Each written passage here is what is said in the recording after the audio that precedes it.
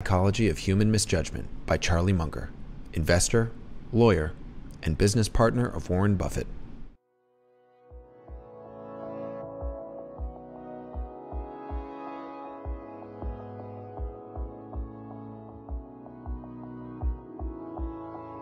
Well, I am very interested in the subject of human misjudgment.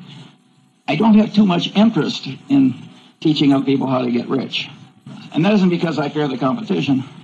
I saw this patterned irrationality, which was so extreme, and I had no theory or anything to deal with it. I just started to create my own system of psychology, partly by casual reading, but largely from personal experience. And I used that pattern to help me get through life. I'd like to share that with you. Standard causes of human misjudgment. First, simple psychological denial. This first really hit me between the eyes when a friend of our family had a super athlete, super student son who flew off a carrier in the North Atlantic and never came back. And his mother, who was a very sane woman, just never believed it. He was dead. Simple psychological denial. The reality is too painful to bear, so you just distort it until it's bearable. We all do that to some extent, and it's a common psychological misjudgment that causes terrible problems. Agency costs. Here, my early experience was a doctor who thought that the gallbladder was the source of all medical evil, and that if you really loved your patients, you couldn't get that organ out rapidly enough. He sent bushel baskets full of normal gallbladders down to the pathology lab in a leading hospital in Lincoln, Nebraska. Human nature causes this terrible abuse. So you're getting your advice in this world from your paid advisor with this huge load of ghastly bias. You can hire your advisor and then just apply a windage factor, like I used to do when I was a rifle shooter. You just adjust for so many miles an hour of wind. You can learn the basic elements of your advisor's trade. You don't have to learn very much, by the way, because you learn just a little, and you can make him explain why he's right. Bias from consistency and commitment tendency. And this is a superpower in error-causing psychological tendency. The human mind is a lot like the human egg, and the human egg has a shut-off device. When one sperm gets in, it shuts down so the next one can't get in. The human mind has a big tendency of the same sort. And here again, it doesn't just catch ordinary mortals, it catches the deans of physics. According to Max Planck, the really innovative, important new physics was never really accepted by the old guard. Instead, a new guard came along that was less brain-blocked by its previous conclusions. And if Max Planck's crowd had this commitment tendency in spite of disconfirming evidence, you can imagine what the crowd that you and I are part of behaves like. And of course, if you make a public disclosure of your conclusion, you're pounding it in to your own head. Many of these students that are screaming at us, they aren't convincing us, but they're forming mental chains for themselves because what they're shouting out, they're pounding in. Bias from Pavlovian association, misconstruing past correlation as a reliable basis for decision-making. I never took a course in psychology or economics either, for that matter, but I did learn about Pavlov in high school biology. So the dog salivated when the bell rang. So what? The Pavlovian association is an enormously powerful psychological force in the daily life of all of us. I'd say 3/4 of advertising works on pure Pavlov. Take Coca-Cola Company. They want to be associated with every wonderful image. Heroics in the Olympics, wonderful music, you name it.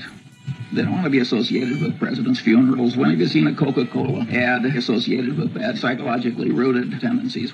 All these psychological tendencies work largely or entirely on a subconscious level, which makes them very insidious.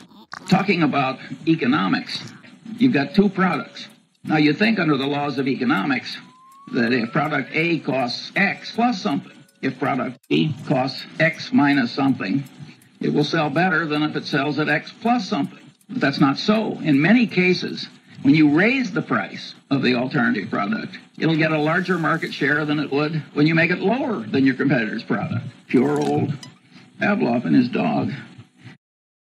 Bias from reciprocation tendency, including the tendency of one in a role to act as other persons expect. It is so easy to be a patsy, the compliance practitioners of this life.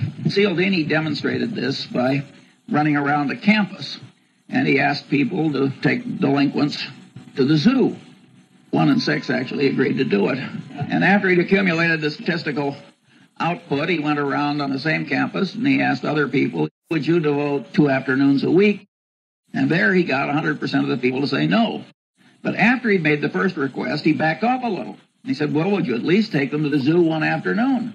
He raised the compliance rate to a half. He got 3 times the success by just going through the little ask for a lot and back off. Now, if the human mind on a subconscious level can be manipulated that way, and you don't know it, I always use the phrase, you're like a one-legged man in an ass-kicking contest. Over-influenced by social proof, that is, the conclusions of others, particularly under conditions of natural uncertainty and stress.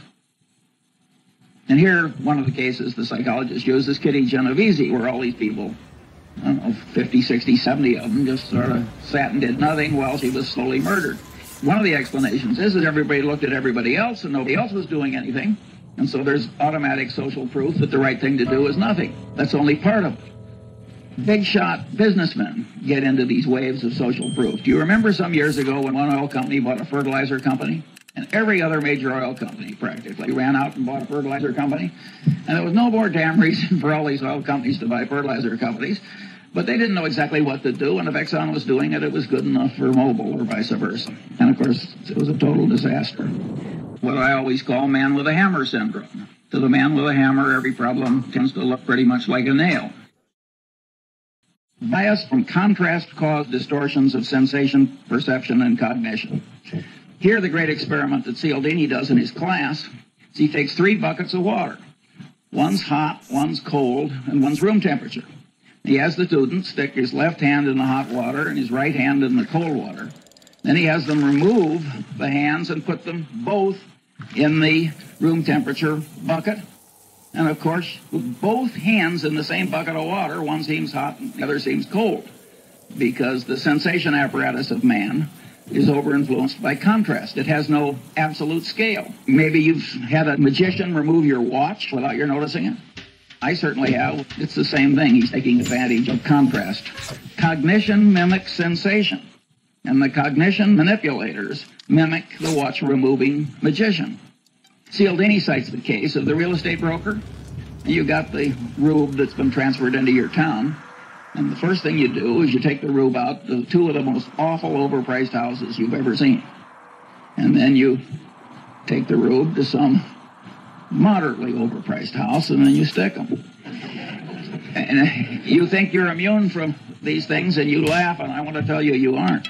My favorite analogy, I have this friend I like to play bridge with. He said, Charlie, he says, if you throw a frog into hot water, the frog will jump out. But if you put the frog in room temperature water and just slowly heat the water up, the frog will die there. Now, I don't know whether that's true about a frog, but it sure as hell true about many of the businessmen I know. Bias from over-influence by authority. Well, here the Milgram experiment had a person posing as an authority figure trick ordinary people into giving what they had every reason to expect was heavy torture by electric shock to perfectly innocent fellow citizens. He was trying to show why Hitler succeeded and a few other things. Milgram, it's been widely interpreted as mere obedience. But the truth of the matter is, the experimenter who got the students to give the heavy shocks in Milgram, he explained why. It was a false explanation. We need this to look for scientific truth and so on. That greatly changed the behavior of the people. And you'll like this one. You got a pilot and a co-pilot. The pilot is the authority figure. They don't do this in airplanes, but they've done it in simulators. They have the pilot to do something where the co-pilot would know the plane was going to crash. But the pilot's doing it, and the pilot is the authority figure. 25% of the time, the plane crashes. Bias from deprival superreaction syndrome, caused by present or threatened scarcity, removal of something almost possessed but never possessed. Here I took the Munger dog, lovely, harmless dog. The only way to get that dog to bite you was to try and take something out of its mouth after it was already there. And the human version of that dog is there in all of us. People are really crazy about minor decrements down. If you act on them, you get into reciprocation tendency, because you don't just reciprocate affection, you reciprocate animosity. The extreme business case here was New Coke. Now, Coca-Cola has the most valuable trademark in the world. Coke has armies of brilliant engineers, lawyers, psychologists, advertising executives, and so forth. And they'd spent the better part of 100 years getting people to believe that trademark had all these intangible values too. And people associated it with a flavor. And so they were going to tell people not that it was improved, because you can't improve a flavor. If a flavor is a matter of taste, I mean, you may improve a detergent or something, but telling you're going to make a major change in a flavor. I mean, so they got this huge deprival super reaction syndrome. Pepsi was within weeks of coming out with Old Coke in a Pepsi bottle, which would have been the biggest fiasco in modern times. Bias from envy, jealousy. Well, envy, jealousy made what, 2 out of the 10 commandments? Here again, you go through the psychology survey courses. You go to the index. Envy, jealousy, 1,000-page book. It's blank. There's some blind spots in academia. I've heard Warren say a half a dozen times, it's not greed that drives the world, but envy. Bias from chemical dependency. Well, we don't have to talk about that. We've all seen so much of it, but it's interesting how it always causes moral breakdown if there's any need, and always involves massive denial. Bias from misgambling compulsion. For instance, a lottery. You have a lottery where you get your number by lot, and then somebody draws a number by lot. It gets lousy play. You get a lottery where people get to pick their number. Get big play. The minute they've picked it themselves, it gets an extra validity. After all, they thought it and they acted on it. And look at what's happening to our country. Every Indian reservation, every river town, and look at the people who were ruined by it. Then you take slot machines, you get bar, lemon. That happens again and again and again. You get all these near misses.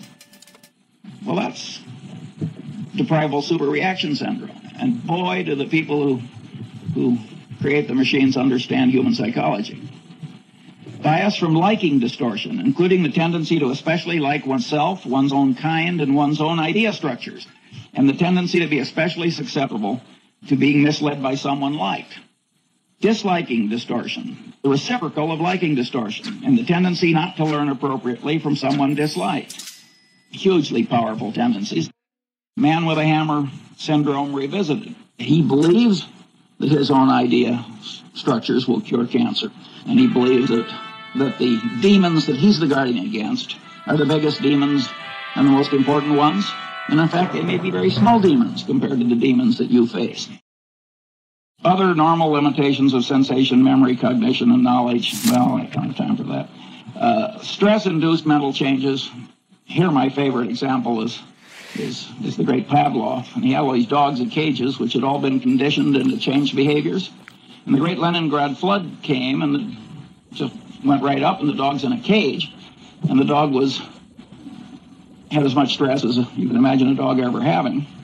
And the water receded in time to save some of the dogs, and Pavlov noted that they had a total reversal of their conditioned personality. Being the great scientist he was, he spent the rest of his life giving nervous breakdowns to dogs. The thought system indicated by this list of psychological tendencies has great value, not widely recognized and employed. What should the educational system do about it? I am not going to answer that one now. I like leaving a little mystery.